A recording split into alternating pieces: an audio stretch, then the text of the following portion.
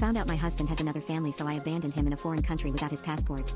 It doesn't matter how long you have been with someone, you can never know the entire truth about someone or what they're truly hiding.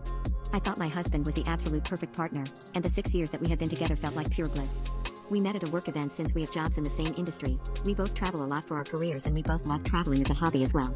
In the first couple of years of our relationship, we traveled together to multiple countries on our shared bucket list, and each trip felt like another chapter in the never-ending romance novel that was our lives.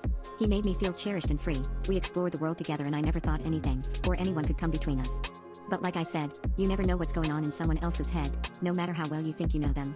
It was an average morning the day I found out about his ugly secret. We woke up together at our shared apartment, and he scrolled through his emails while I drank coffee. At one point, he got up to use the bathroom, and I remembered something I needed to look up. I didn't use his laptop often, but I just needed to look up one quick thing, and I figured it would be okay. That's when one email in particular caught my eye. It looked like some sort of document sent by a contact with a woman's name. Something told me to just click on it. The document was some sort of children's elementary school form that my husband needed to e-sign. I was confused. Whose child was this? Why did my husband need to sign paperwork for some random kid? It just gave me a weird feeling, and I decided to open his laptop back up after he left to get us breakfast that morning. I kept snooping. In the next half hour, I uncovered his entire secret life that he had been hiding for about 4 years. It turns out that 2 years into us dating, he had cheated on me and gotten the other woman pregnant. She gave birth, and since then, he had been visiting them regularly and telling me he was on a work trip every time he was flying out to see them. I felt like I was watching some sort of horror movie when I eventually found his baby mother's Facebook and found years of family photos of them all together, smiling.